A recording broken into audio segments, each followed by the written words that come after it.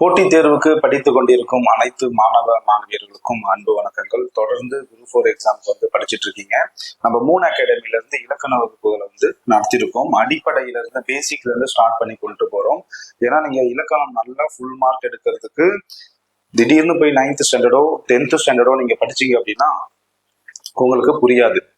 அப்ப அடிப்படையில இருந்து தெரிஞ்சுக்கணும். இதற்கு முன்னாடி நம்ம எழுத்து இலக்கணம்னா என்ன, இலக்கணங்களுடைய வகைகள் என்ன அப்படின்றதெல்லாம் நம்ம நடத்தி முடிச்சிட்டோம். அடுத்தது சுட்டெழுத்துக்கள்லாம் என்ன, சொல்லுடைய முதலில் வரக்கூடிய எழுத்துக்கள் என்ன, சொல்லின் கடையில் வரக்கூடிய எழுத்துக்கள் என்ன, வினா எழுத்துக்கள்னா என்ன, 4 வகை சொற்கள்னா என்ன, பெயர் சொல்னா என்ன அப்படின்றதெல்லாம் நம்ம ஒரே வீடியோவிலே முடிச்சு கொடுத்துருக்கோம். அதை பார்க்காதவங்க கண்டிப்பா பாருங்க. டிஸ்கிரிப்ஷன்ல லிங்க் கொடுத்துருக்கோம். அதை பார்த்துட்டு இந்த கிளாஸஸை பார்க்குறப்போ உங்களுக்கு நல்லாவே புரியும்.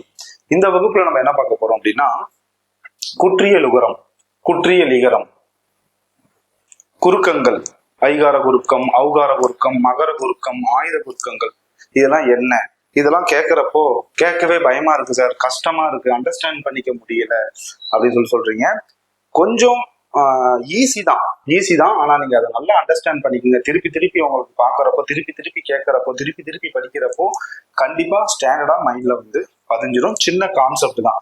என்ன அப்படின்னா, ஒரு எழுத்து இருக்கு, அந்த எழுத்தை சொல்வதற்கு ஒரு கால அளவு கொடுக்குறாங்க. அந்த கால அளவு தான் என்னது, மாத்திரை. அந்த எழுத்து ஒரு சொற்றொடர்ல முதல்ல வரும்பொழுதும், இடையில வரும்பொழுதும், கடைசியில வரும்பொழுதும் அதோடைய கால அளவை காட்டிலும் குறைவாக ஒலிக்குது. இந்த ஒரு எழுத்துக்கு ஒரு மாத்திரை அளவு, குறில் எழுத்துக்கு ஒரு மாத்திரை அளவு அப்படின்னா, அது நடுவுல வரும்பொழுது அதோடைய மாத்திரையோடைய அளவு கம்மியாகுது. கடைசியில வரும்போது அதோடைய மாத்திரை அளவு அதை விட கம்மியாகுது. அப்ப அது என்ன கான்செப்ட்ல செயல்படுது அப்படின்றத இந்த கிளாஸஸ்ல நம்ம பார்க்கலாம். பாருங்க, இந்த குற்றியல் உகரம் பாத்தீங்க அப்படின்னா எப்படி பிரிக்கலாம் அப்படின்னா, குறுமை பிளஸ் இயல் பிளஸ் உகரம் அப்படின்னு சொல்லிட்டு நம்ம பிரிக்கிறோம். இதுதான் குற்றியல் உகரம். இந்த குற்றியல் உகரத்துக்கு நம்ம உள்ள போகிறதுக்கு முன்னாடி எழுத்துக்களை நம்ம சொல்வதற்கு சில பெயர்கள் இருக்கு, அதை நம்ம கத்துக்கணும். இதெல்லாம் ப்ரீவியஸ்ல கேட்ட கொஷின் தான். அதாவது குறில் எழுத்தை குறிப்பதற்கு என்ன பெயரை நாம் தமிழ் மொழியில் பயன்படுத்துகிறோம், நெடில் எழுத்தை எழுதுவதற்கு சொல்வதற்கு எந்த பெயரை பயன்படுத்துகிறோம் அப்படின்றதுலாம் அதுக்குன்னு சில பெயர்கள் கொடுத்துருக்காங்க. அது போன ஆண்டுகள்லாம் கொஷினா கேட்டிருக்கிறாங்க. பாருங்க, தமிழ் எழுத்துக்களை குறிப்பதற்கு கரம், கான், காரம், கேனம் ஆகிய எழுத்து சாரியை பயன்படுத்துகிறோம். என்னென்ன பெயர் கொடுத்துருக்காங்க, கரம், கான், காரம், கேனம். இந்த பெயர்கள் தான் நம்ம தமிழ் எழுத்துக்களை உச்சரிப்பதற்கு நம்ம பயன்படுத்துகிறோம். அதாவது குறில் எழுத்து பாருங்க, குறில் எழுத்துல அகரம், இகரம், உகரம், ககரம், மகரம் அப்படின்னு சொல்றோம். இப்போ நம்ம குறில் எழுத்துக்கள்லாம் நம்ம அதாவது குறில் எழுத்துக்கெல்லாம் நம்ம என்ன சொல்லுவோம், மாத்திரை அளவு. குறில் எழுத்துக்கு மாத்திரை அளவு எவ்வளோ, 1ன்னு சொல்லுவோம். அப்ப குறில் எழுத்தை குறிப்பதற்கு நம்ம அகரம், இகரம், உகரம், ககரம், மகரம் அப்படின்னு சொல்லிட்டு நம்ம உச்சரிக்க வேண்டும். அடுத்தது, நெடில் எழுத்தை குறிப்பதற்கு கான் என்ற வார்த்தையை பயன்படுத்த வேண்டும். கான் என்ற வார்த்தையை பயன்படுத்த. நெடிலுக்கு எத்தனை மாத்திரை அளவு, 2 மாத்திரை அளவு.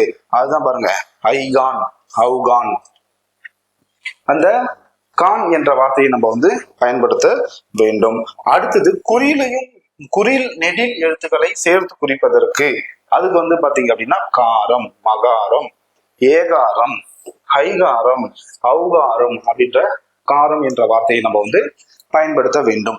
அடுத்தது, ஆயுத எழுத்தை குறிக்க கேனம், அக்கேனம். இதெல்லாம் ப்ரீவியஸ்ல கேட்டது. இந்த எழுத்துக்கள் முக்கியம். இதெல்லாம் எப்படி கேட்பாங்க அப்படின்னா, மேட்ச் த ஃபாலோவிங்ல கேட்பாங்க. மேட்ச் த ஃபாலோவிங்ல இந்த பக்கம் குறில் எழுத்துக்களை கொடுத்துட்டு, குறில் எழுத்து நெடில் எழுத்தை கொடுத்துட்டு, இந்த பக்கம் கரம், கான், காரம் அப்படின்ற ஒரு சைட்ல கொடுப்பாங்க. அதனால இந்த பெயர்களை தெரிஞ்சுக்கோங்க. இப்ப நம்ம குற்றியல் உகரத்துக்குள்ள போயிடலாம். குற்றியல் உகரத்துக்குள்ள எக்ஸாம்பிள் ஒண்ணு பாத்துருங்க. எக்ஸாம்பிள் என்ன, எக்ஸாம்பிள் பாருங்க, குழந்தை, வகுப்பு, பாக்கு அப்படின்னு கொடுத்துருக்காங்க. இதுல நம்ம கவனிக்க வேண்டிய விஷயம் என்ன அப்படின்னா, இந்த கூ என்ற வார்த்தை வருது, கூ என்ற எழுத்து எங்க வருது பாருங்க, குழந்தை முதல்ல வருது, வகுப்பு இடையில வருது, பாக்கு கடைசியில வருது. இப்படி வரும் பொழுது அதனுடைய மாத்திரை அளவில் இருந்து குறைந்து ஒலிக்கிறது. பாருங்க, கூ எழுத்து உச்சரிப்பின் வேறுபாடு. கூ முதல்ல வரும் பொழுது ஒரு மாத்திரை அளவும், இடையில வரும் பொழுது ஒரு மாத்திரை அளவும், கடைசியில வரும் பொழுது அரை மாத்திரை அளவா ஒலிக்குது. இப்ப நம்ம குழந்தை கூ ஒரு அழுத்தம் கொடுக்கிறோம், வகுப்பு ஒரு அழுத்தம் கொடுக்கிறோம். இதே பாக்கு அப்படின்னா அழுத்தம் கொடுக்க மாட்டோம். நம்ம அந்த பாக்கு கொடுறாங்க, இந்த பாக்கு எடுத்து கொடு அப்படின்னு கேட்போம். அப்போ அந்த இடத்துல அந்த கூ என்ற வார்த்தை என்ன இருக்கு, ஒரு மாத்திரையிலிருந்து அரை மாத்திரையாக ஒலிக்கிறது. முக்கியமா நான் போன கிளாஸ்லயே நான் சொல்லியிருந்தேன். அதாவது வல்லின எழுத்துக்கள்லாம் என்ன, இடையின எழுத்துக்கள்லாம் என்ன, மெல்லின எழுத்துக்கள்லாம் என்ன, இதை மூணுத்தையும் நீங்க கண்டிப்பா ஞாபகம் வச்சுக்கணும். ஏன்னா இலக்கணத்தினுடைய ஆரம்பத்திலிருந்து கடைசி வரைக்கும் அந்த வல்லின எழுத்துக்கள், மெல்லின எழுத்துக்கள், இடையின எழுத்துக்கள் நம்ம பயன்படுத்த வேண்டும். ஏன்னா இந்த குற்றியலுகரத்துல பாருங்க, இந்த வல்லின எழுத்துக்களை நம்ம பயன்படுத்தணும். கூசுடு துபுரு, குசுடு துபுரு. இப்ப குற்றியலுகரத்துடைய உறுப்புகள் 6 உறுப்புகள் எது அப்படின்னு சொல்லிட்டு கேட்டாங்க அப்படின்னா குசுடு துபுரு. இது எந்த வரிசையில வரும், வல்லின எழுத்து கசட தபர. கசட தபர தான் என்ன இருக்கு அதோடைய வரிசையில, கூசுடு துபுரு. ஓகேவா? இந்த 6 எழுத்துக்களும் ஒரு சொல்லுடைய இறுதியில வரும் பொழுது அரை மாத்திரையா ஒலிக்கும் அப்படின்னு சொல்றாங்க. இதை நீங்க ஞாபகம் வச்சுக்கணும், நல்லா மைண்ட் ஏற்றி வச்சுக்கோங்க. குசுடு துபுரு. கு ஒரு மாத்திரை, சு ஒரு மாத்திரை, டு ஒரு மாத்திரை, தூ ஒரு மாத்திரை, பூ ஒரு மாத்திரை, ரூ ஒரு மாத்திரை. இது தனியாக வரும் பொழுது ஒரு மாத்திரை நம்ம சொல்லலாம்.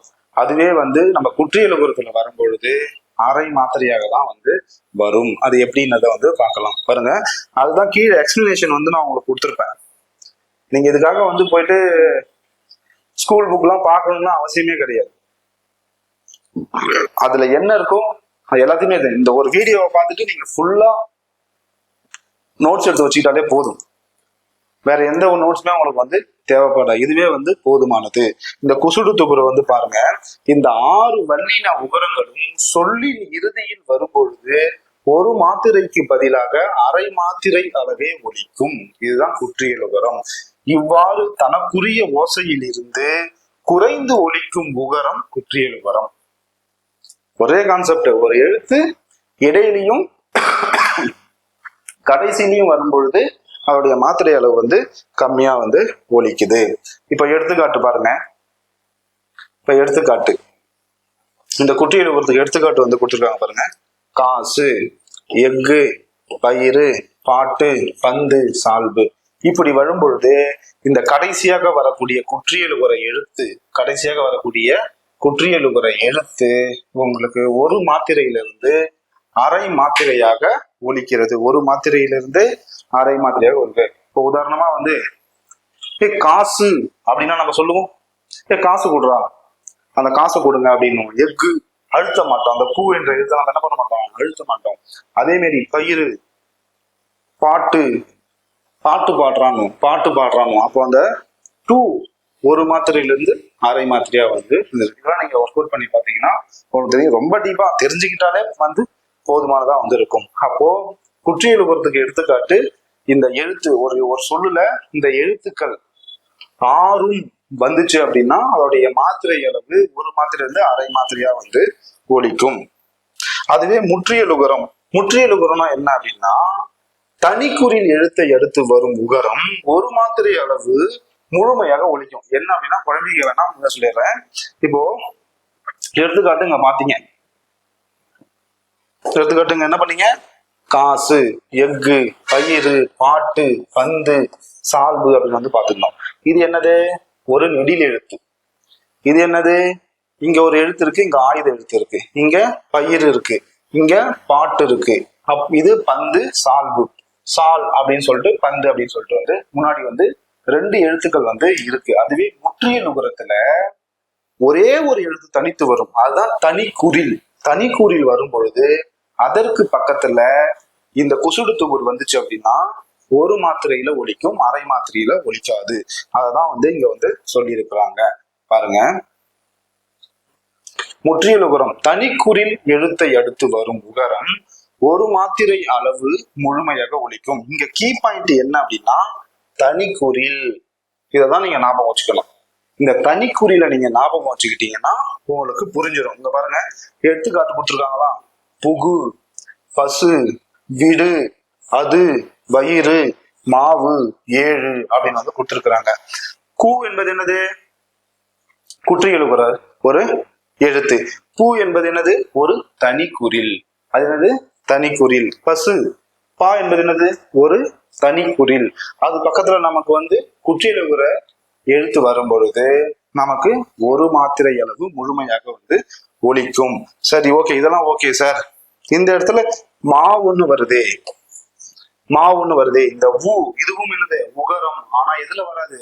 இது குற்றியல் உகர அந்த குசுடு துகுரல வந்து வராது. அதனால இது என்ன ஆகும்? ஒரு மாத்திரை அளவு ஒலிக்கும். அதுவும் வந்து கீழே வந்து எக்ஸ்பிளனேஷன் வந்து கொடுத்துருக்கோங்க பாருங்க. வல்லினம் அல்லாத உகரம் எப்போதும் முழுமையாகவே ஒலிக்கும். வல்லினம் அல்லாத உகரம். வல்லினம் அல்லாத உகரம்னா என்னது? இந்த ஊவும் ரூவும் எப்போதுமே ஒரே மாத்திரை ஒலிக்கும். அப்ப அரை மாத்திரை ஒலிக்கக்கூடியது என்னது? குசுடு துகுரு. குசுடு துகுரு. இதை மட்டும் ஞாபகம் வச்சுட்டா வந்து போதும். இந்த குற்றியல் உகரத்துடைய வகைகள் கொடுத்துருக்காங்க. குற்றியல் உகரத்துடைய வகைகள் அப்படின்னு சொல்லிட்டு 6 கொடுத்துருக்காங்க. குற்றியல் உகரத்துடைய வகைகள் என்ன அப்படின்றத வந்து பார்க்கலாம். நெடில் தொடர் குற்றியல் உகரம். நெடில் தொடர் குற்றியல் உகரம் அப்படின்னா இந்த குற்றியல் உகர எழுத்து நம்ம பார்த்தோம் இல்லையா, அதற்கு முன்னாடி வரக்கூடிய எழுத்து நெடில் எழுத்தாக இருந்தால் அது நெடில் தொடர் குற்றியல் உகரம். அதற்கு எடுத்துக்காட்டு பாருங்க. பாகு, மாசு, பாடு, காது, ஆறு. பா என்பது என்னது? ஒரு நெடில் எழுத்து. மா நெடில் எழுத்து. பா நெடில் எழுத்து. கா நெடில் எழுத்து. ஆ நெடில் எழுத்து. அப்போ நெடில் தொடர் குற்றியலுகரம் என்றால் என்ன அப்படின்னா, நெடில் எழுத்தை தொடர்ந்து குற்றியலுகர சொல், அந்த குசுடு துகர மறந்துடக்கூடாது. அது வந்துச்சு அப்படின்னா அது ஒரு நெடில் தொடர் குற்றியலுகரம். அதுதான் கீழே கொடுத்துருவாங்க பாருங்க. தனி நெடிலை தொடர்ந்து வரும் இவை ஈரெழுத்து சொற்களாக மட்டுமே அமையும். நோட் பண்ணணும், நோட் பண்ணுங்க. சரி, ஈரெழுத்து சொற்களாக மட்டுமே வரும். இது என்ன எப்படி கேட்பாங்க? கான்செப்டா வந்து கேட்பாங்க. கான்செப்டா வந்து கேட்பாங்க. நெடில் தொடர் குற்றியலுகரம் எப்படி கேட்பாங்க அப்படின்னா, ஈரெழுத்து சொற்களாக மட்டுமே வரும் குற்றியலுகர வகை எது அப்படின்னு வந்து கேட்பாங்க. அது என்னது? நெடில் தொடர் குற்றியலுகரம். அடுத்தது ஆயுத தொடர் குற்றியலுகரம். Same concept. குற்றியலுகர எழுத்துக்கள் குசுடு துகுருக்கு முன்னாடி ஆயுத எழுத்து வந்தால் அது ஆயுத தொடர் குற்றியலுகரம். ஆயுத எழுத்தை தொடர்ந்து வரும் அதுதான் என்னது? ஆயுத தொடர் குற்றியலுகரம். அடுத்தது உயிர் தொடர் குற்றியலுகரம். உயிர் தொடர் குற்றியலுகரம் இது என்ன சார்? நெடில் தொடர் பார்த்தோம், ஆயுத தொடர் பார்த்தோம். இதுலயும் நம்ம உயிர் தொடர் குற்றியலுகரத்தை வந்து பார்க்கணும். இது எப்படி சார் பார்க்கறோம்னா, தனி நெடில் அல்லாத உயிர்மை எழுத்தை தொடர்ந்து வரும். ஏங்க இதெல்லாம் பார்க்கறதுக்கு உங்களுக்கு கொஞ்சம் கஷ்டமா இருக்கிற மாதிரி இருக்கும், அண்டர்ஸ்டாண்ட் பண்ணிக்க முடியாத மாதிரி இருக்கும். கொஞ்சம் தெளிவா வந்து எடுத்து பாருங்க, உங்களுக்கு வந்து புரியும். தனி நெடில் அல்லாத, தனில் நெடில் அல்லாத உயிர் எழுத்தை தொடர்ந்து வரக்கூடியதுதான் என்னது? உயிர் தொடர் குற்றியலுகரம். இதுக்கு எடுத்துக்காட்டு கொடுத்துருக்காங்க பாருங்க. அரசு, 9, கயிறு, வரலாறு. இந்த சொற்களுடைய கடைசி எழுத்து என்னவா இருக்கு? நம்மளுடைய குற்றியலுகர சொல்லான அந்த குசுடு துகுர் வந்து இருக்கிறது. இந்த சூக்கு முன்னாடி உங்களுக்கு என்ன இருக்கு? ரா இருக்கு. ரா நம்ம எப்படி பிரிப்போம்? இரு பிளஸ் ஆ. ஓகேவா? அப்ப இந்த ஆ என்பது என்னது? ஒரு உயிர் எழுத்து. அப்போ உயிர் எழுத்தை தொடர்ந்து வரக்கூடிய குற்றியலுகரம் வந்து பாத்தீங்க அப்படின்னா நம்ம வந்து உயிர் தொடர் குற்றியலுகரம் அப்படின்னு வந்து சொல்றோம். இங்க பாருங்க, 9 இப்பு பிளஸ் ஆ. இங்க என்ன வந்துருது? இந்த குற்றியலுகர சொல்லுக்கு முன்னாடி உயிர் எழுத்து வந்துருது. அடுத்து பாருங்க, ஈ இருக்கு. இ பிளஸ் இ அப்படின்னு சொல்லிட்டு நம்ம சொல்லுமா? இது என்ன வரும் நமக்கு? ரூ. அப்போ ரூவுக்கு முன்னாடி உயிர் எழுத்து வருவதால் இதனை உயிர் தொடர் குற்றியலுகரம். அதே மாதிரிதான் வரலாறும்.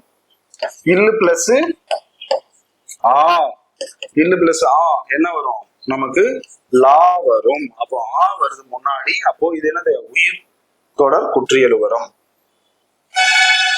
அடுத்தது வன்தொடர் குற்றியலுகரம். வன்தொடர் குற்றியலுகரம்னா என்ன சார் அப்படின்னா, வல்லின எழுத்து பார்த்திருந்தோம் இல்லையா, கசட தவற பார்த்திருந்தோம் இல்லையா, அந்த கசட தவற எழுத்து முன்னாடி வந்தால் அது வன்தொடர் குற்றியலுகரம். எடுத்துக்காட்டு பாக்கு, பேச்சு, பாட்டு, பந்து, உப்பு, பற்று. இதெல்லாம் எடுத்துக்காட்டா கொடுத்துருக்குறாங்க, இதெல்லாம் பார்த்துக்கோங்க. அப்போ குற்றியலுகர சொல்லுக்கு முன்னாடி நமக்கு என்ன வந்திருக்கு, வல்லின எழுத்துக்கள் வந்திருக்கு. இக்கு, இச்சு, இட்டு, இத்து, இப்பு, இரு. தெளிவா பார்த்துக்கோங்க. அடுத்தது மென்தொடர் குற்றியலுகரம். மென்தொடர் குற்றியலுகரத்துல வந்து பாத்தீங்க அப்படின்னா மெல்லின எழுத்து முன்னாடி வரும். மெல்லின எழுத்து இதுக்கு எடுத்துக்காட்டு பாருங்க, பங்கு, மஞ்சு, பண்பு, பந்து, அம்பு, கன்று. எடுத்துக்காட்டு எடுத்தீங்கன்னா உங்களுக்கு புரிஞ்சிடும். அடுத்தது இடைத்தொடர் குற்றியலுகரம். எழல வழல. இதுல குற்றியலுகர சொல்லுக்கு முன்னாடி இந்த இடையின எழுத்துக்கள் ஆறும் வந்தால், இடையின எழுத்துக்கள் ஆறும் வந்தால் அது என்னது, நமக்கு இடைத்தொடர் குற்றியலுகரம். ஓகேவா? எய்து, மார்பு, சால்பு, முழுகு. இத பாத்துக்கோங்க. அடுத்தது குறிப்பு பாத்துக்கோங்க, இது முக்கியமானது. இப்ப இவ்வளவு தூரம் பார்த்தோமே சார், கொஸ்டின் கேட்பாங்களா அப்படின்னா கேட்பாங்க. ஆனா அதை விட நம்மள கன்ஃபியூஸ் பண்ற மாதிரி ஒரு கொஸ்டின் கேட்பான். இப்ப நம்ம அந்த 6 வகையை பார்த்துட்டோம். இங்க என்ன கொடுக்குறோம் பாருங்க, இது வந்து கான்செப்டா வந்து கேட்போம் பாருங்க. இவ்வு என்னும் எழுத்தை தொடர்ந்து வரும் குற்றியலுகர சொல்லு இல்ல.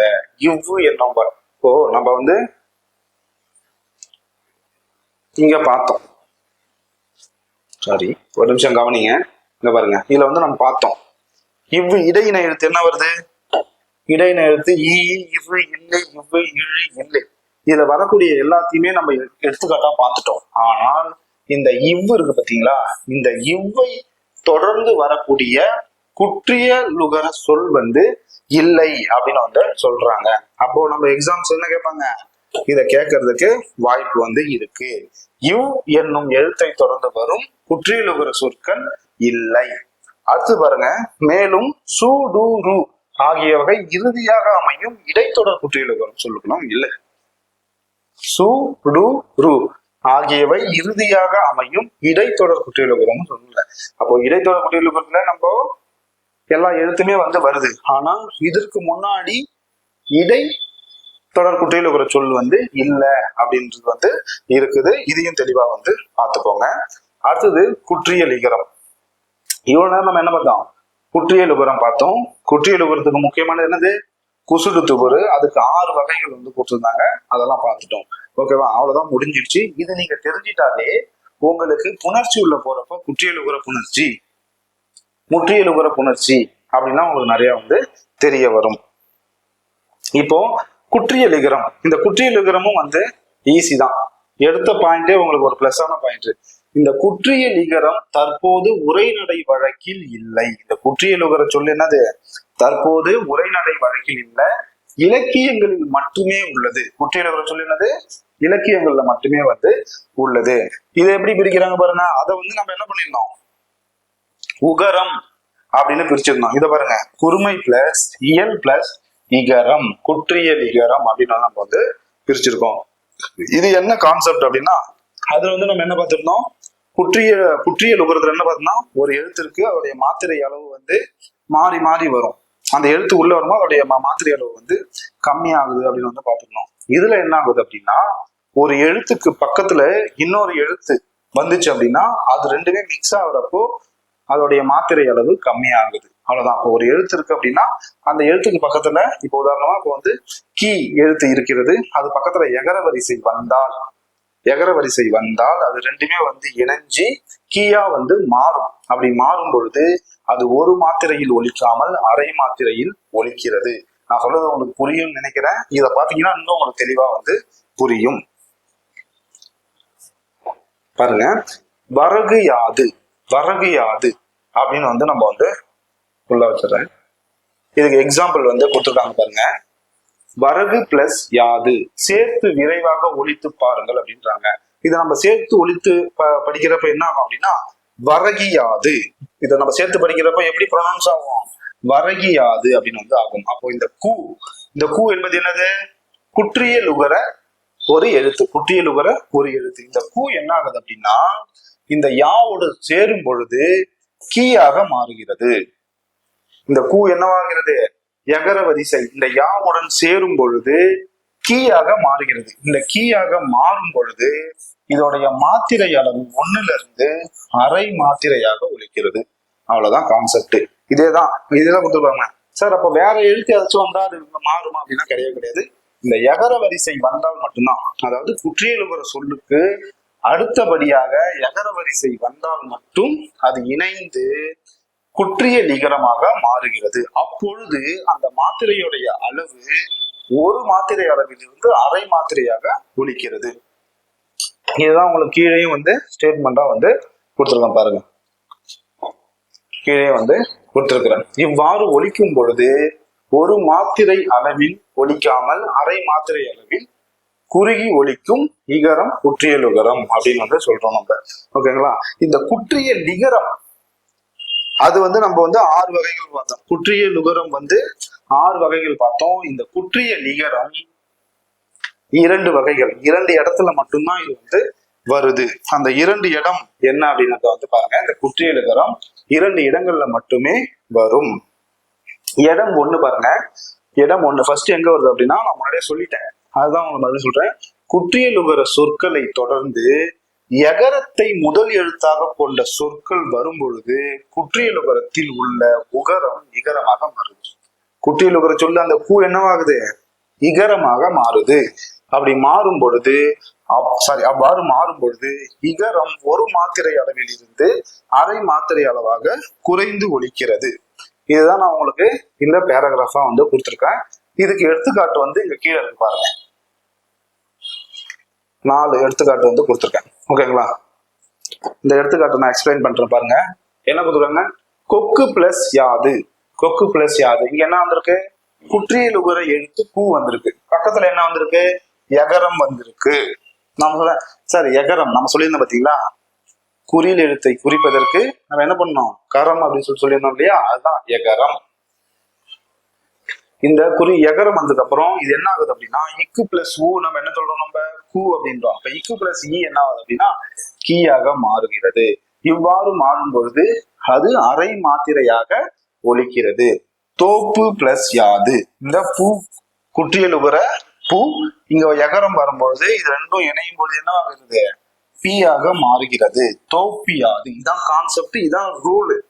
வேற எதுவும் போட்டு யோசிக்க வேணாம். அதே மாதிரி பாருங்க, நாடு பிளஸ் யாது. இந்த 2 என்பது என்னது? குற்றியலுகர சொல். இங்க பக்கத்துல எகரம் வரும் பொழுது இது இரண்டும் இணைந்து டி ஆகி நாடியாது அப்படின்னு சொல்லிட்டு மாறுகிறது. அவ்வாறு மாறும் பொழுது ஒரு மாத்திரையிலிருந்து அரை மாத்திரையாக ஒலிக்கிறது.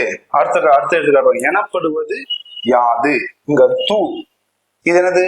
குற்றியலுகர சொல். இது யாவோடு சேரும் பொழுது இத்து பிளஸ் என்னவா மாறுது? தீ. எனப்படுவது யாது அப்படின்னு சொல்லிட்டு நமக்கு மாறுகிறது.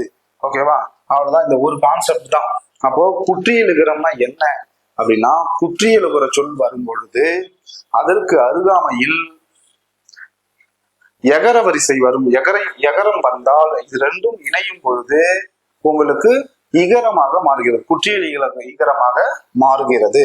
அதுதான் எடுத்துக்காட்டு பார்த்துட்டோம். இது ஒரு இடம். 2வது இடம் அப்படி என்ன அப்படின்னா, இந்த மியா இது பொழுது வழக்கில் இல்லை அப்படின்னு நமக்கு சொல்றாங்க. இந்த மியா இடம் 2. மியா என்பது ஒரு அசை சொல். ஓசை நயத்திற்காக வருவது. இது லாஸ்டா கேட்டதுங்க.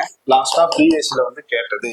ஓசை நயமிக்க சொல் எது? மியா என்பது எந்த வகை சொல் அப்படின்னு பாத்தீங்கன்னா ஒரு அசை சொல். ஓசைக்காக பயன்படுத்துகிறோம். இந்த இம் பிளஸ் இ என்ன ஆகுதுன்னா மீ அப்படியாக மாறுகிறது. இதுதான் மியா.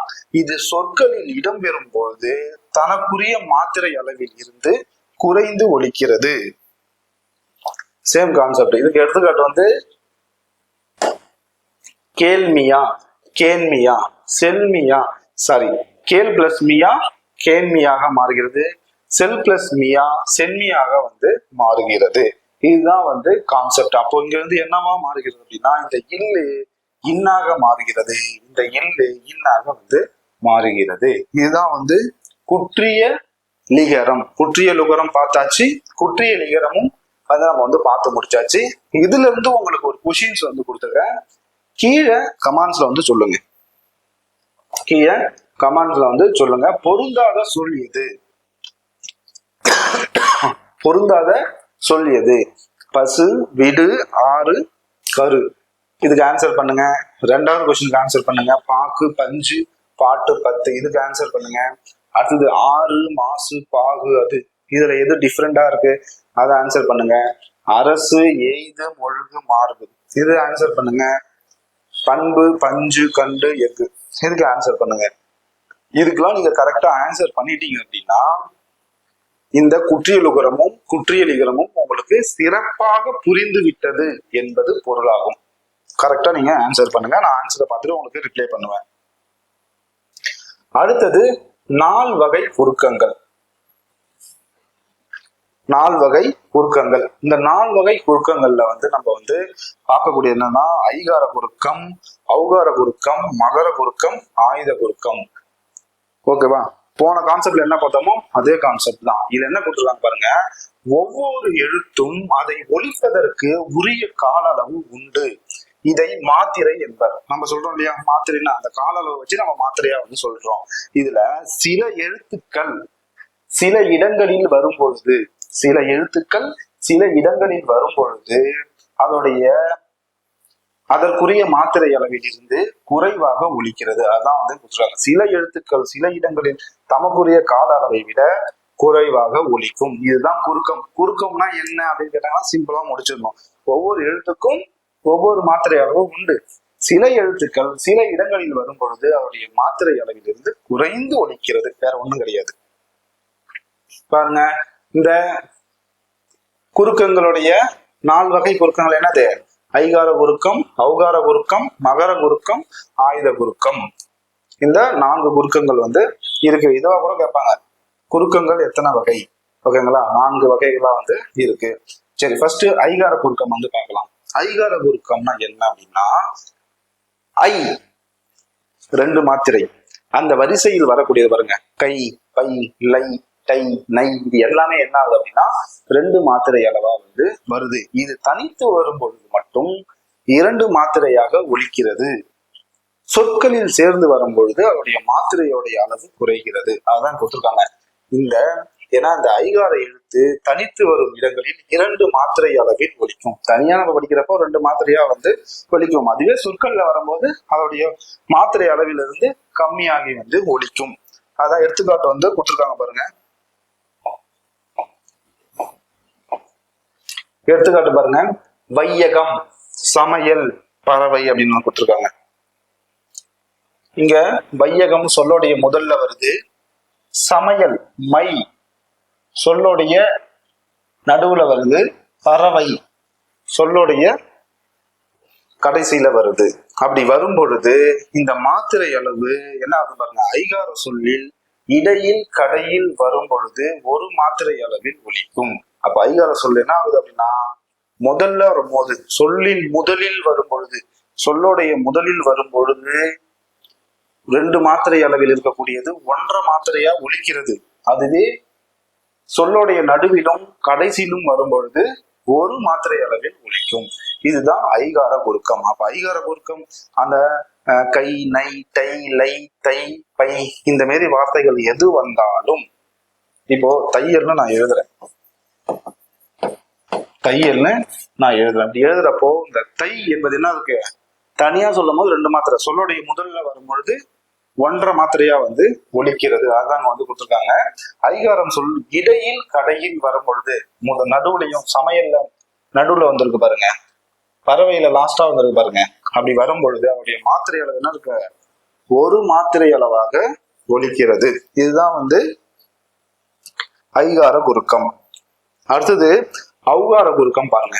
ஔகார குறுக்கம்னா என்ன?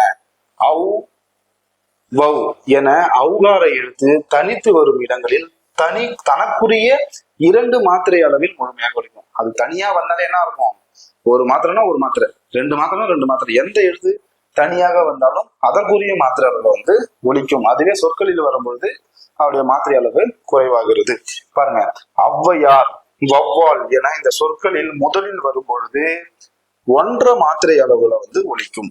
சொற்களில் முதலில் வரும்பொழுது 1.5 மாத்திரை அளவில் வந்து ஒலிக்கிறது. ஔவையார், வௌவால் என சொற்களில் முதலில் வரும்பொழுது 1.5 மாத்திரை அளவில் வந்து ஒலிக்கும். ஆனா முக்கியமானது பாருங்க, இந்த ஔகாரம் சொல் இடையிலும் இறுதியிலும் வராது. இந்த ஔகார சொல் என்னது? இடையிலும் இறுதியிலும் வராது. இப்படிதான் கான்செப்ட்ல நமக்கு வந்து கொஸ்டின் வந்து கேட்பாங்க. ஐகாரம் சொல்லுடைய கடையில வருமா, இடையில வருமா அப்படின்னு கேட்பாங்க. ஐகாரம் வரும். ஔகாரம் சொல்லுடைய முதலில் மட்டும்தான் வரும், சொல்லுடைய இறுதியிலும் கடைசியிலும் வராது. அப்படி சொல்லின் முதலில் வரும்பொழுது தனக்குரிய 2 மாத்திரை அளவிலிருந்து ஒலிக்கிறது. அடுத்தது மகர குறுக்கம். இது வந்து கொஞ்சம் நீங்க கவனிக்கணும். இது வந்து கொஞ்சம் ஐகார குறுக்கம் ஔகார குறுக்கம் நம்ம ஞாபகம் வச்சுக்கிற மாதிரி இது வந்து நம்ம வந்து கொஞ்சம் ஞாபகம் வச்சுக்கணும். பாருங்க, அம்மா பாடம் படித்தான் அப்படின்னு கொடுத்துருக்காங்க. இதுல வந்து பாத்தீங்க அப்படின்னா இந்த மகர குறுக்கம், இந்த இம்மு வந்துருக்கு பாத்தீங்களா, அம்முக்கு இம்மு வந்துருக்கு பாத்தீங்களா, சாரி,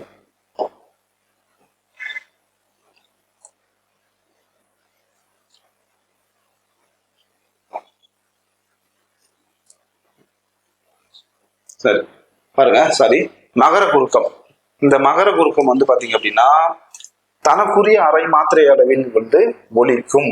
அதுவே அதோடைய மகர குறுக்கத்திற்கு முன்னாடி வகரம் வந்தால் அது அரை மாத்திரையிலிருந்து கால் மாத்திரை இருக்கு. ஏன்னா இந்த இம்மு மகர குறுக்கம், இந்த இம்மு வந்து நமக்கு என்னது, மாத்திரை அளவு என்னது, அரை மாத்திரை. நம்ம படிச்சிருப்போம் மெய் எழுத்துக்கு என்னது, அரை மாத்திரை.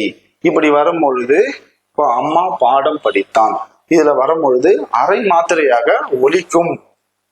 அதுவே அதற்கு முன்னாடி வகரமை வந்தால், உதாரணம் கொடுத்துருவாங்க, பலம் வந்தான் அப்படின்னு. அப்போ பலம் இம்மு இங்க என்ன இருக்கு, அரை மாத்திரையா வந்து இருக்கிறது.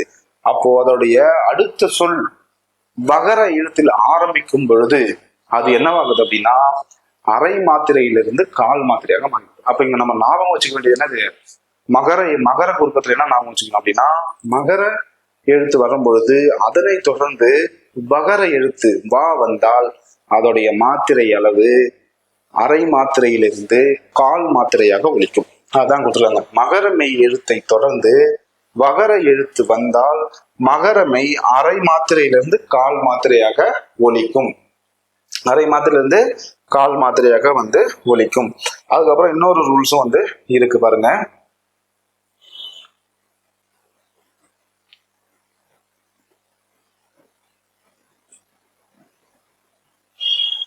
இன்னொரு ரூல்ஸ் என்னன்னா பாருங்க, இங்க போலும் மருளும் அப்படின்னு வந்து இருக்கு. இதோடைய சொல்லுடைய சீரமைப்புல இது போன்மம் மருமம் என்று நம்ம வந்து அழைக்கிறோம். போலும் மருளும் இதோடைய நம்ம சொல்லுடைய சீரமைப்புல என்ன ஆகுது அப்படின்னா போன்மம் மருமம் அப்படின்னு வந்து அழைக்கிறோம். அப்படி அழைக்கும் பொழுது இந்த இன்னுக்கு பக்கத்துல, அதாவது ரன்னகரம், இது என்னது, டன்னகரம். இந்த டன்னகரம் ரன்னகரம் பக்கத்துல நமக்கு மகரமெய் வந்தால், மகர எழுத்து வந்தால் என்ன ஆகுது அப்படின்னா அரை மாத்திரையிலிருந்து கால் மாத்திரையாக ஒலிக்குது. அப்போ நம்ம ஞாபகம் வச்சுக்க வேண்டிய என்னது, மகர மெய் எழுத்து வரும் பொழுது அதற்கு பக்கத்துல பகரம் வந்தால் அதோடைய மாத்திரை அளவு என்னது, அரை மாத்திரையிலிருந்து கால் மாத்திரை ஒலிக்குது. அதே போல 2 சுழி இன்னு 3 சுழி இன்னு வந்தால் அது அரை மாத்திரையிலிருந்து கால் மாத்திரையா ஒலிக்குது. இதை மட்டும் ஞாபகம் வச்சுக்கிட்டாலே வந்து போதும். பாருங்க, அங்கதான் வந்து கொடுத்துருக்காங்க, இன்னை எழுத்துக்களை தொடர்ந்து மகரமெய் வருவதால் அரை மாத்திரையிலிருந்து கால் மாத்திரையா வந்து வருகிறது. இதை வந்து மனப்பாடம் பண்ணி வச்சுக்கோங்க. அடுத்தது ஆயுத குறுக்கம். நம்ம ஐகார குறுக்கம் ஔகார குறுக்கம் பார்த்துட்டோம், மகர குறுக்கம் வந்து பார்த்துட்டோம். இப்போ ஆயுத குறுக்கம். ஆயுத குறுக்கம் அது எது ஆகிய சொற்களில் ஆயுத எழுத்து தனக்குரிய அரை மாத்திரையில் ஒலிக்கும். தனக்குரிய அரை மாத்திரையில் ஒலிக்கும். அதுவே முள் தீது கல் தீது அப்படின்ட்டு நமக்கு வரும்பொழுது என சேரும் பொழுது அது அரை மாத்திரையிலிருந்து கால் மாத்திரையா ஒலிக்கிறது. கொஞ்சம் போர் அடிக்கிற மாதிரி இருக்கா, வேற வழி கிடையாது. கொஞ்சம் அண்டர்ஸ்டாண்ட் பண்ணி படிச்சுதான் வந்து ஆகணும். முள் தீது இது என்னவா மாறுது, முள் தீது அப்படின்னு சொல்லிட்டு மாறுது. கல் தீது என்பது என்ன மாறுது, கல் தீது என மாறுகிறது. இவ்வாறு சேரும் பொழுது அரை மாத்திரையிலிருந்து கால் மாத்திரையாக ஒலிக்கும். இந்த எக்ஸாம்பிள ஞாபகம் வச்சுக்கோங்க. எக்ஸாம்ல வந்து புதுசா எதுவுமே டிஃப்ரெண்டா ஒரு வார்த்தையை உருவாக்கி கேட்க மாட்டாங்க. ஸ்கூல் புக்ல என்ன இருக்கோ அதை தான் வந்து உங்களுக்கு ஒரு பாடமா வந்து கேட்பாங்க. அதுதான் வந்து என்ன கேட்பாங்க, ஒரு பாடமா வந்து நமக்கு வந்து கேட்பாங்க. எதுவும் புது வார்த்தைகள்லாம் வந்து எதுவுமே வந்து கேட்க மாட்டாங்க. ஓகேவா? அப்போ நம்ம 4 வகை குறுக்கங்கள்ல என்னென்ன பார்த்துருக்கோம் நம்ம? ஐகார குறுக்கம், ஔகார குறுக்கம், மகர குறுக்கம், ஆயுத குறுக்கம். சிம்பிளா சொல்லணும் அப்படின்னா, இந்த ஐகார எழுத்துக்கள் தனியாக வரும் பொழுது 2 மாத்திரை, சொல்லின் முதலில் வரும் பொழுது எத்தனை மாத்திரை? 1.5 மாத்திரை. அதுவே சொல்லின் இடையிலும் இறுதியிலும் வரும்போது 1 மாத்திரையாக ஒலிக்கும். ஔகார குறுக்கம் தனியாக வரும் பொழுது 2 மாத்திரை, சொல்லின் முதலில் வரும் பொழுது 1.5 மாத்திரை. சொல்லின் முதலில் வரும் என்னது? 1.5 மாத்திரை. ஆனா இந்த ஔகார குறுக்கம் சொல்லின் இறுதியிலேயோ இடையிலேயோ வராது. முடிஞ்சு போச்சு. மகர குறுக்கம் என்னது? மகர குறுக்கம் அது தானாக வரும்போது தனக்குரிய கால அளவுடைய மாத்திரை அளவில் ஒலிக்கும். அதுவே அதற்கு முன்னாடி வகர எழுத்து வந்தால் அரை மாத்திரையிலிருந்து 1/4 மாத்திரையாக ஒலிக்கும். அதுக்கப்புறம் என்ன சொல்லியிருந்தாங்க? டன்னகரமும் ரன்னகரமும் வரும் பொழுது அவருடைய மாத்திரை அளவு அரை மாத்திரையிலிருந்து 1/4 மாத்திரையா வந்து ஒலிக்கும். அதுவேதான் வந்து ஆயுத குறுக்கத்துக்கும் அதுவேதான். ஓகேங்களா? அது முள்தீது கல்தீதுன்னு நம்ம பார்த்துருந்தோம் இல்லையா? அப்படி அது வந்து சொற்கள் சேரும் பொழுது அதோடைய மாத்திரை அளவு அரை மாத்திரையிலிருந்து 1/4 மாத்திரையா வந்து ஒலிக்கும். இதுதான் வந்து 4 வகை குறுக்கங்கள். அடுத்து நம்ம பார்க்க போறது 5 வகை பால்கள். பால்கள் என்னென்னு பார்த்துடலாம். பாருங்க, பால் 5 வகை. ஆண் பால், பெண் பால், பலர்பால், ஒன்றன் பால், பலவின் பால். பால் எத்தனை வகைப்படும் அப்படின்னா 5 வகைகள் வந்து படும். இப்போ ஆண் பால், பெண் பால், பலர்பால். இது நம்ம என்ன சொல்லணும் அப்படின்னா உயர்திணை. இது உயர்திணை யாரை குறிக்கும் அப்படின்னா இந்திரர்கள், தேவர்கள், மக்கள்களை வந்து குறிப்பா குறிக்கக்கூடியதா வந்து நம்ம என்ன சொல்றோம்? உயர்திணை அப்படின்னு சொல்றோம். அப்போ உயர்திணையில என்னென்ன வரும்? ஆண் பால் வரும், பெண் பால் வரும், பலர்பால் வந்து வரும். இதே ஒன்றன் பால், பலவின் பால் வந்து நமக்கு எதுல வரும் அப்படின்னா அக்ரிணையில வந்து வரும். இந்த அக்ரிணைனா என்ன அப்படின்னா உயிருள்ளவற்றையும் குறிக்கும், உயிர் அல்லாததையும் குறிப்பதுதான் வந்து அக்ரிணை. இப்போ ஒண்ணு பார்த்துடலாமா ஸ்பீடா? ஆண் பால் ஒரு ஆணை குறிப்பது, மாணவன், செல்வன் சொல்லிட்டு ஒரு ஆணை குறிப்பது. பெண் பால் அப்படின்னா ஒரு பெண்ணை குறிப்பது, ஆதினி, மாணவி அப்படின்னு சொல்லிட்டு ஒருத்தவங்களை மட்டும் குறிப்பது பெண் பால். இதுவே பலர்பால் அப்படின்னா ஒன்றுக்கும் மேற்பட்டவர்களை குறிப்பது. இதெல்லாம் மேட்ச் த ஃபாலோயிங் எல்லாம் கேட்டிருக்கிறாங்க. ரொம்ப ஈஸி. ஆனா இப்பெல்லாம் இந்த தெரிஞ்சு வச்சுக்கோங்க. இதோட ஸ்பேஸ்ல நம்ம ஏதாச்சும் அப்டேட்ல ஏதாச்சும் இலக்கண வகுப்புகளை வந்து நம்ம பார்க்கலாம். ஓகேங்களா? இப்ப பலர்பால்னா என்னது? ஒன்றுக்கும் மேற்பட்டவர்களை குறிப்பது, மாணவர்கள், மக்கள் கூட்டம் அதை வந்து குறிப்பது. இதுவே ஒன்றன் பால்னா ஒன்றை மட்டும் குறிப்பது, கல், பசு. நான் சொல்லியிருந்தேன் இல்லையா? ஒன்றன் பாலும் பலவின் பாலும் அக்ரின்ல வரும். உயிருள்ளவையும் குறிக்கும், உயிர் அல்லாததையும் வந்து குறிக்கக்கூடியது. அடுத்தது பலவின் பால். பாருங்க, ஒன்றுக்கும் மேற்பட்டவற்றை குறிப்பது, மண்புழுக்கள், பசுக்கள் அப்படின்னு சொல்லிட்டு ஒன்றுக்கும் மேற்பட்டதை குறிப்பது தான் பலவின் பால். இப்போ உங்களுக்கான டைம், கேள்வி டைம். எதிர்ச்சொல் ரொம்ப ஈஸி தான், ஆனா கேட்பாங்க. ஓகேவா? மகளிர் எதிர்ச்சொல் என்ன? கமாண்ட்ல சொல்லுங்க. பெண் எதிர்ச்சொல் என்ன? சிறுவன் எதிர்ச்சொல் என்ன? அரசன், மாணவன், தோழி இதற்கான எதிர்ச்சொல்லாம் வந்து கீழே கமாண்ட்ல வந்து சொல்லுங்க. அடுத்தது பிழையை திருத்தி சரியாக எழுதுக. இதுவும் வந்து உங்களுக்கு வந்து ஒரு கொஸ்டினா வந்து வச்சிருக்கேன். இதையும் பார்த்துட்டு கமாண்ட்ல சொல்லுங்க. சார் இவ்வளவு தூரத்து எப்படி சார் நம்ம டைப் பண்ணணுமா? இன்ட்ரெஸ்ட் இருக்கிறவங்க ட்ரை பண்ணலாம். ஏன்னா இதுக்கப்புறம் வரக்கூடிய நமக்கு இலக்கணத்துல இருந்து நமக்கு பேட்டர்ன் எல்லாருமே மாத்திட்டாங்க. அப்போ இந்த மாதிரி தான் கேட்பாங்க, பிழையை திருத்தி சரியாக எழுதுக. இதுதான் நிறைய பேர் தப்பு பண்றாங்க. ஓகேவா? அப்ப இங்க இருந்தே பிராக்டிஸ் பண்ண ஆரம்பிங்க. நான் ஃபர்ஸ்ட்டுக்கு மட்டும் சொல்றேன் பாருங்க. கோவலன் சிலம்பு விற்க போனால். என்ன சொல்றாங்க? கோவலன் சிலம்பு விற்க போனால். போனால்னா வரும், போனான். லாஸ்ட் என்ன வரும்? இன்னும் வரும். இவங்க ஒரு ஆண், என்னது? ஆண் பால். அப்ப இங்க என்ன முடியணுங்க? ஒரு ஆண் பாலோட முடியணும். கோவலன் சிலம்பு விற்க போனான். இதுதான். அடுத்து பாருங்க, அரசர் நல்லாட்சி செய்தார்கள், பசு கன்றை ஈன்றன, மேகங்கள் சூழ்ந்து கொண்டது, குழலி நடனம் ஆடியது. இதுக்கெல்லாம் என்ன சரியானது அப்படிங்கறது பிழை திருத்தம் சரியாக எழுதுங்க அப்படின்னு சொல்லிட்டு டைட்டில கொடுத்து டைப் பண்ணி அனுப்புங்க. அடுத்தது வழக்கு. நம்ம பார்க்கக்கூடியது என்னது? வழக்கு. வழக்குன்னா என்ன அப்படின்னா, எழுத்திலும் பேச்சிலும் சொற்களை பயன்படுத்தும் முறை வழக்கு. இந்த வழக்கு பாத்தீங்கன்னா நமக்கு இயல்பு வழக்கு, தகுதி வழக்கு அப்படின்னு நம்ம படிக்கிறோம். இந்த வழக்குன்னா பொதுவாக என்ன அப்படின்னா, நம்மளுடைய முன்னோர்கள் ஒரு காரணத்துக்காக ஒரு இடத்துல பெயரை வச்சிருப்பாங்க. அந்த பெயரை அப்படியே நம்ம மாற்றாம பயன்படுத்துவதுதான் வழக்கு. அதான் பாருங்க, நம் முன்னோர்கள் எந்தெந்த சொற்களுக்கு என்னென்ன பொருளில் பயன்படுத்தினார்களோ அச்சொற்கள் அவ்வாறே பயன்படுத்துவதை வழக்கு என்பார்கள், எதுவுமே மாத்தாம. இததான் நம்ம வழக்கு இரண்டு வகைப்படும் அப்படின்னு பிரிச்சு வச்சிருக்கோம். வழக்கு என்னது? ரெண்டு வகை. ஒண்ணு இயல்பு வழக்கு, இன்னொன்னு தகுதி வழக்கு. இந்த இயல்பு வழக்குனா என்ன அப்படின்றத பார்க்கலாம். இயல்பாவே நம்ம சொல்லக்கூடியதுதான். அதுதான் ஒரு பொருளின் இயல்பான சொற்களால் குறிப்பிடுவது இயல்பு வழக்கு. இந்த இயல்பு வழக்கு மூன்று வகைப்படும். இயல்பு வழக்கு என்னது? மூன்று வகைப்படும். பாருங்க, இலக்கணம் உடையது, இலக்கண போலி, மருவு.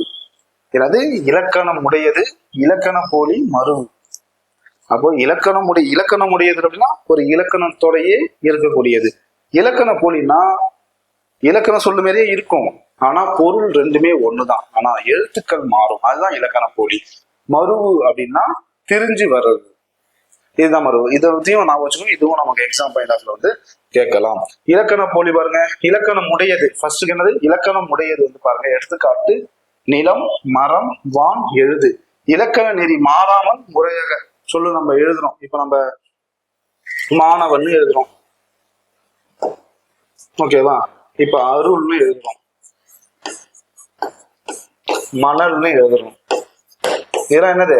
இலக்கண நெறியோடு வரக்கூடிய எழுத்துக்கள். அதாவது இந்தந்த எழுத்துக்களுக்கு பக்கத்துல இந்தந்த எழுத்துக்கள் தான் வரணும் அப்படின்னு நம்ம இலக்கண நெறியோட எழுதணும். இந்த சொல்லுக்கு முதலில் வரக்கூடிய எழுத்து, வராத எழுத்துக்கள் அதெல்லாம் ஆல்ரெடி நடத்தி முடிச்சிருக்கு, ஓகேங்களா?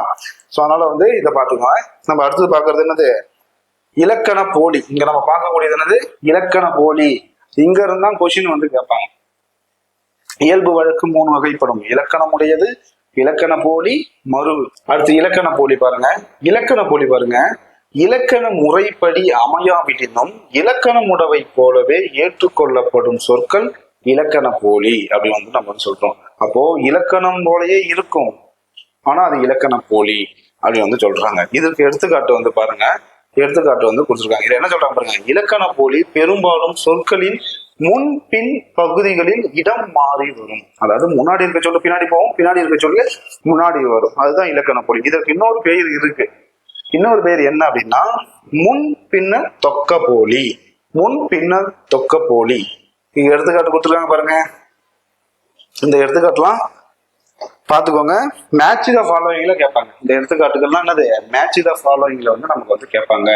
இல் முன், இல் முன், அதாவது நம்ம முன்னோர்கள் பாத்தீங்கன்னா இல்லத்தோடைய முன்பகுதியை, முன் வாயில தான் நம்ம என்ன பண்றோம் அப்படின்னா முன்றில் அப்படின்னு சொல்லிட்டு முன்னோர்கள் அழைச்சிருக்காங்க. அது என்ன நம்ம எப்படி குறிப்போம்னா இல் முன்.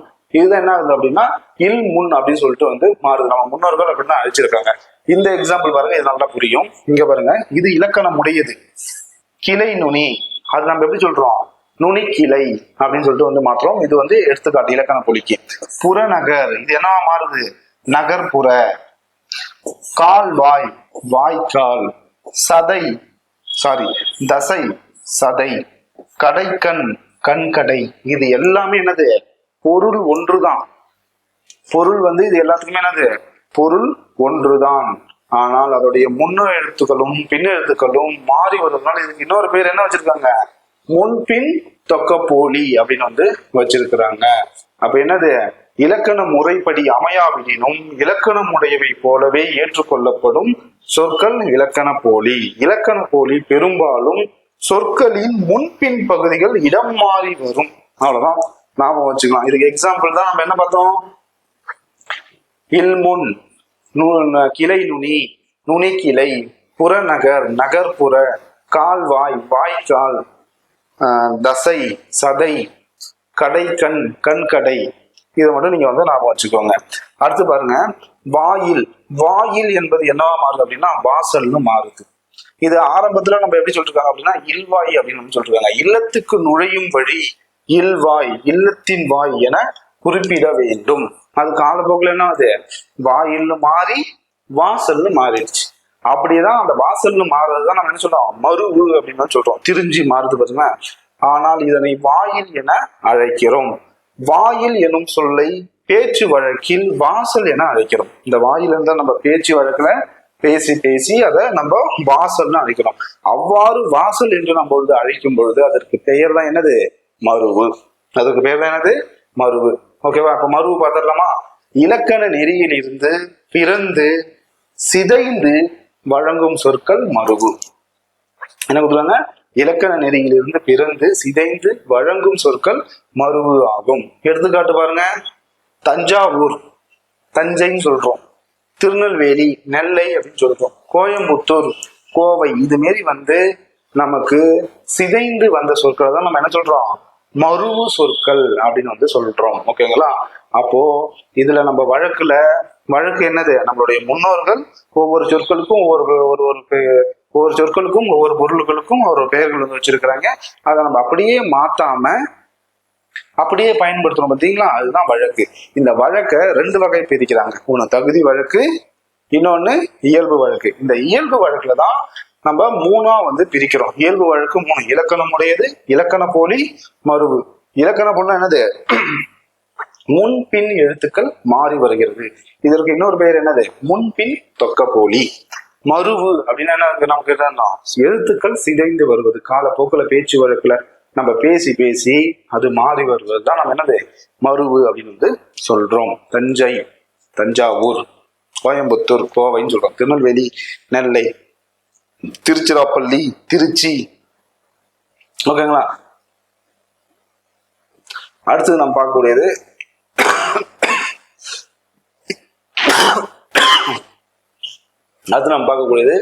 தகுதி வழக்கு.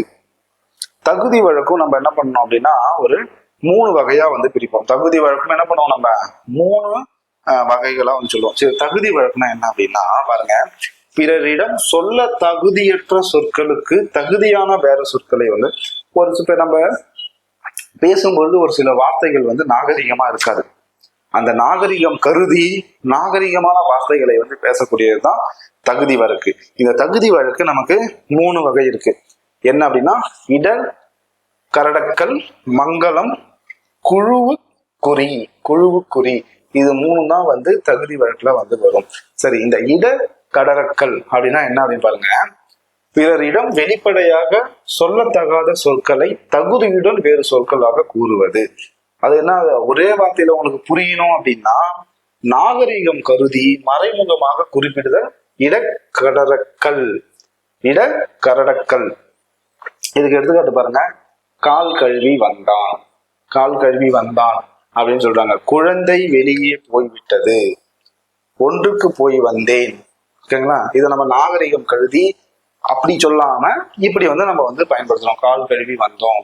இப்போ குழந்தை ஆகி போயிடுச்சுன்னா ஆய் கழுவிட்டு வந்தான்னு சொல்ல முடியும். கால் கழுவி வந்தேன், குழந்தை வெளியே போய்விட்டது, ஒன்றுக்கு போய் வந்தேன் அப்படின்னு சொல்லிட்டு நாகரிகம் கருதி வந்து சொல்லக்கூடியதுதான் வந்து இடக்கரடக்கல். இதுக்கு எடுத்துக்காட்டு இதுதான். சரி, மங்களம் அப்படின்றதுக்கு நம்ம சொல்லுது என்ன அப்படின்னா, இதற்கு மங்களமற்ற சொற்களை மாற்றி மங்கள சொற்களால் குறிப்பிடுவதுதான் மங்களம். இப்ப எடுத்துக்காட்டுக்கு என்ன கொடுத்துருக்காங்க பாருங்க, செத்தார், துஞ்சினார். செத்தாரும் சொல்லக்கூடாது, அது மங்களம் அல்லாத சொல். நம்மளே இப்ப சொல்ல முடியுமா, ஐயோ செத்துறாரு அப்படின்னு சொல்லிட்டு? இப்ப காலப்போக்கில் அது என்ன ஆகுது, மாறிடுச்சு. செத்தார் என்பதை துஞ்சினார் அப்படின்னு சொல்ல வேணும். துஞ்சினார் இல்ல அப்படின்னா இப்ப நம்ம எப்படி பயன்படுத்துறோம், இயற்கை எழுதினார் அப்படின்னு சொல்றோம். பார்த்தீங்களா? இதுதான் நாகரிகம் கருதி நம்ம மங்களமற்ற சொற்களை வந்து பயன்படுத்தாமல் மங்களமான சொற்களை வந்து பயன்படுத்த வேண்டும்.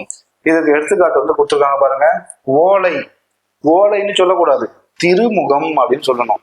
கருப்பாடுன்னு சொல்லக்கூடாது. கருப்பாடுன்னு சொன்னாலும் அது என்னது, மங்களமற்ற சொல். கருப்பாடு, வெள்ளையாடு. விளக்கை அணை, நம்ம வீட்டுல விளக்கேற்றுறோம், செவ்வா வெள்ளியில விளக்கேற்றுறோம். அந்த விளக்கை வந்து அணைக்க கூடாது, விளக்கை குளிரவை. சுடுகாடு, நன்காடு, இதெல்லாம் கேட்பாங்க எக்ஸாம்ஸ்ல வந்து கேட்பாங்க. விளக்கை குளிரவை என்பது தகுதி வழக்கா அல்லது இயல்பு வழக்கா அப்படின்னு வந்து நம்மகிட்ட வந்து கேட்பாங்க. அடுத்து வந்து பாத்தீங்கன்னா குழுவுக்குறி. குழுவுக்குறி அப்படின்னா ஒரு கூட்டத்துக்குள்ளே வந்து பேசிப்பாங்க. அவங்க பேசக்கூடிய சொற்கள் அவங்களுக்கு மட்டும்தான் வந்து புரியும். அதுதான் வந்து குழுவுக்குறின்னு சொல்றாங்க. பிறர் அறியாமல் ஒரு குழுவுக்கு மட்டுமே புரியும் வகையில் குறிப்பிடுதல் வந்து பாத்தீங்க அப்படின்னா குருவுக்குறி. பிறர் அறியாமல் ஒரு குழுவுக்கு மட்டுமே புரியும் வகையில் குறிப்பிடுவது குருவுக்குறி. இதுக்கு எடுத்துக்காட்டு வந்து பாருங்க, பொன்னை பரி அப்படின்னு வந்து சொல்றாங்க. பொன்னை என்ன சொல்றாங்க? பரின்னு சொல்றாங்க. யாரு? பொற்கொள்ளர்கள். பொற்கொள்ளர்கள்லாம் யாரு? தங்க நகைகள்லாம் செய்வாங்க இல்லையா, அவங்கதான் வந்து பொற்கொள்ளர்கள். அவங்க பையனை பொண்ணை வந்து பரி அப்படின்றாங்க. ஆடையை வந்து காரை அப்படின்னு வந்து சொல்றாங்க. இது யார் பயன்படுத்துறாங்கன்னா யானை பாகர்கள் வந்து பயன்படுத்துகிறார்கள். ஓகேங்களா? இப்ப நம்ம பார்த்து என்ன பார்த்துட்டோம்? வழக்குல இயல்பு வழக்கு, இயல்பு வழக்கு, தகுதியான வழக்கு. இயல்பு வழக்குல நம்ம இலக்கண மொழியில இலக்கண போலி மருவு பார்த்தோம்.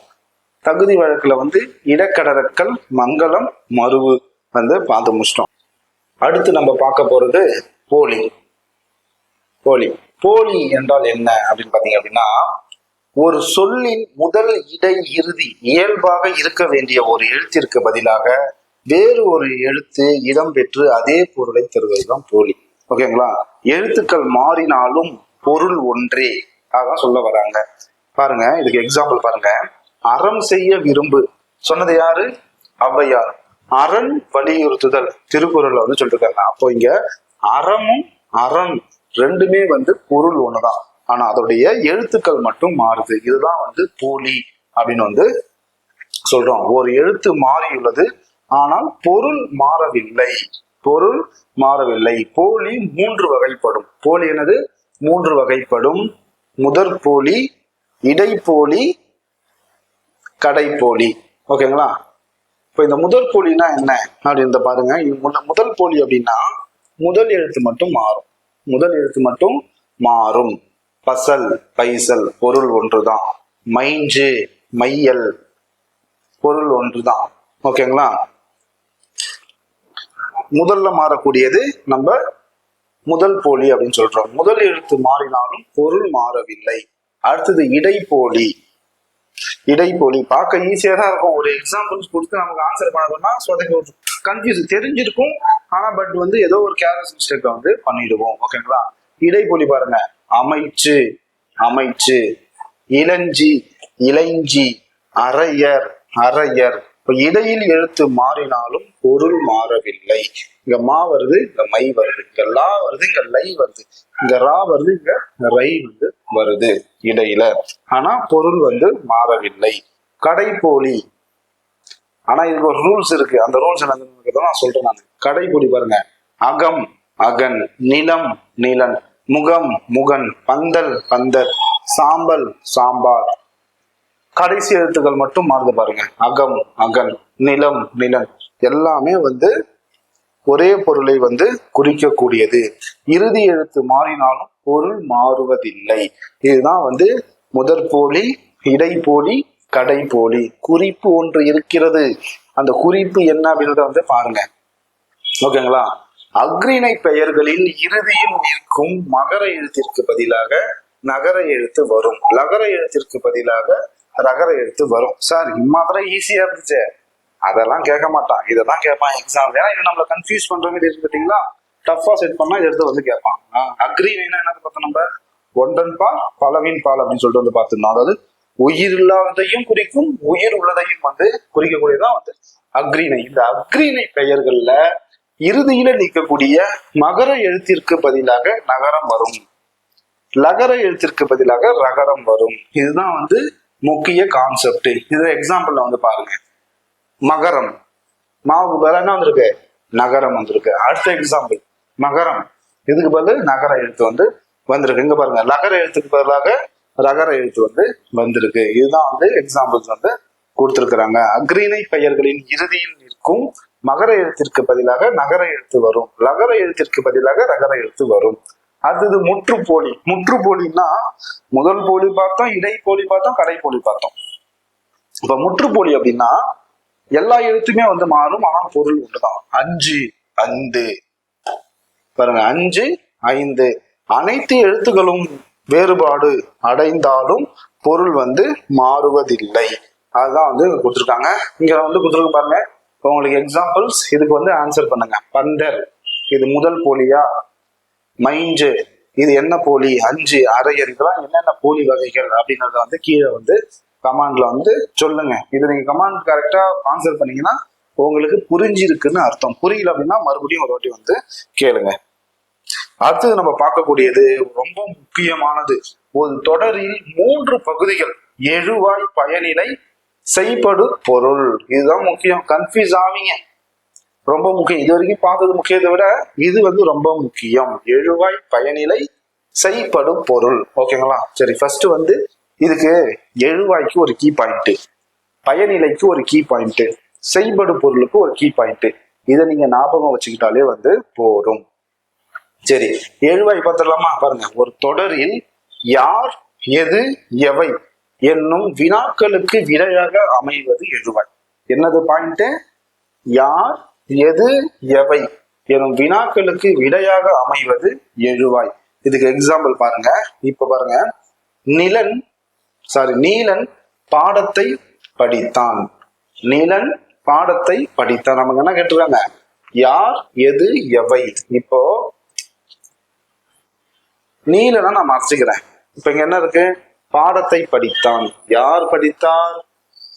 நீலன். இங்க கொஸ்டின் கேட்டிருக்காங்க பாத்தீங்களா? யார், எது, எவை என வினாக்களுக்கு விடையாக அமைவது எழுவாய். அப்போ நீலன் இங்கதான் வந்து எழுவாய்.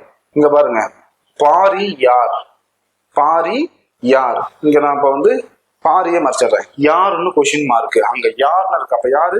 வேறு யாரு இருக்கு? பாரி. அப்ப பாரி என்பது இங்க எழுவாய். இங்க என்ன சொன்னா? புலி ஒரு விலங்கு. நான் புலியை மறைச்சிக்கிறேன். ஒரு விலங்கு. எது விலங்கு? புலி ஒரு விலங்கு. இது என்னவா இருக்கு? எழுவாயாக அமைகிறது. இப்படி நீங்க பாத்தீங்கன்னா உங்களுக்கு வந்து புரியும். அப்ப எழுவாய் எப்படி சார் ஞாபகம் வச்சுக்கிறது? இந்த 3 எழுத்து இருக்கு. யார், எது, எவை எனும் வினாக்களுக்கு விடையாக அமைவது என்னது? எழுவாய். இதெல்லாம் கொஸ்டின் வந்து கேட்பாங்க. இங்க பாருங்க, இத்தொடரில் நீலன், பாரி, புலி ஆகியவனை எழுவாயாக அமைந்துள்ளது. எழுவாயாக அமைந்துள்ளது. அடுத்தது வந்து பயனிலை. பயனிலை பார்த்துடலாமா? பயனிலை பாருங்க, அதே கான்செப்ட் தான். பயனிலை என்ன கொடுத்துருக்காங்க பாருங்க. ஒரு தொடரை வினைனா என்னது?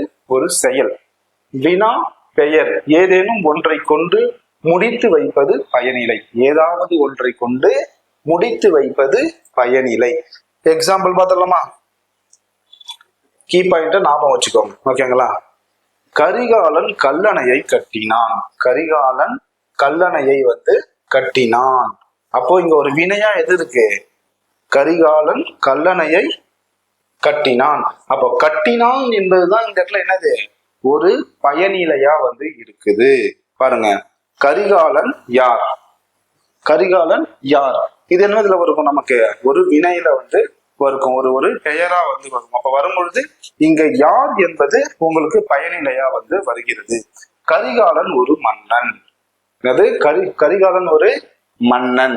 அப்போ மன்னன் என்பது இங்க என்னவா வருது? நமக்கு பயனிலையா வருது. இத்தொடரில் கட்டினான், யார், மன்னன் இது எல்லாமே என்ன இருக்கு? நமக்கு பயனிலையா வந்து வந்திருக்கிறது. அப்போ இந்த கீ பாயிண்ட் தான் நமக்கு முக்கியம். ஒரு தொடரை வினை, வினா, பெயர் ஏதேனும் ஒன்றை கொண்டு முடித்து வைப்பது பயனிலை.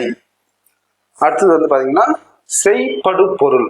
இந்த செய்படு பொருள் இது எப்படி கண்டுபிடிக்கிறது அப்படின்னா, யாரை, எதை, எவற்றை என்னும் வினாக்களுக்கு விடையாக வருவது. யாரை, எதை, எவற்றை போன்ற வினாக்களுக்கு விடையாக வருவதுதான் என்னது? நமக்கு செய்படு பொருள். இதுக்கு எடுத்துக்காட்டு பாருங்க. நான் கவிதையை படித்தேன். கையை வச்சு மறைச்சிட்டுனா, நான் எதை படித்தேன்? கவிதையை படித்தேன். அப்போ செய்படு பொருளா எது வரும்? கவிதை வரும். அப்ப யாரை, எதை. இப்போ நான் கவிதையை படித்தேன், நான் எதை படித்தேன்? கவிதையை படித்தேன். அப்ப அது என்ன வரும்? நமக்கு செய்படு பொருளா வந்து வரும். நான் புத்தகத்தை என் புத்தகத்தை எடுத்தது யாரு? என் டேஷ் எடுத்தது யார்? எதை எடுத்தது? புத்தகத்தை எடுத்தது யார்? அப்போ இந்த இடத்துல வந்து புத்தகம் என்பது நமக்கு என்ன வருது? செய்படு பொருளா வந்து வருது. நெல்லிக்கனியை தந்தவர் அதியமான். தந்தவர் அதியமான். எதை தந்தவர் அதியமான்? நெல்லிக்கனியை தந்தவர் அதியமான். இது நமக்கு செய்படு பொருளா வருது. இத்தொடரில் கவிதை, புத்தகம், நெல்லிக்கனி ஆகியவை செய்படு பொருளாக வந்து அமைந்திருக்கிறது. அப்போ இதுல நம்ம வந்து பார்த்தது என்னது? எழுவாய்னா என்ன, பயனிலைனா என்ன, செய்படு பொருள்னா என்ன அப்படின்னு வந்து பார்த்தோம். உங்களுக்கு புரியல அப்படின்னா தொடர்ந்து வந்து மறுபடியும் வாட்டி வந்து பாருங்க. அப்படியே பக்கத்துல ஸ்கூல் புக்ஸையும் வந்து நீங்க பாத்தீங்க அப்படின்னா உங்களுக்கு நல்லாவே வந்து புரியும். இந்த இலக்கண வகுப்பு வந்து உங்களுக்கு வந்து மிக பயனுள்ளதா இருக்கும் அப்படின்னு வந்து கண்டிப்பா நம்புறேன். இந்த கிளாஸை பத்தி வந்து ரிவ்யூ கொடுங்க. இதனை தொடர்ந்து அடுத்த வகுப்புல இதோடைய கண்டினியூஸ் இலக்கண வகுப்புகளை வந்து பார்க்கலாம். நன்றி, வணக்கம்.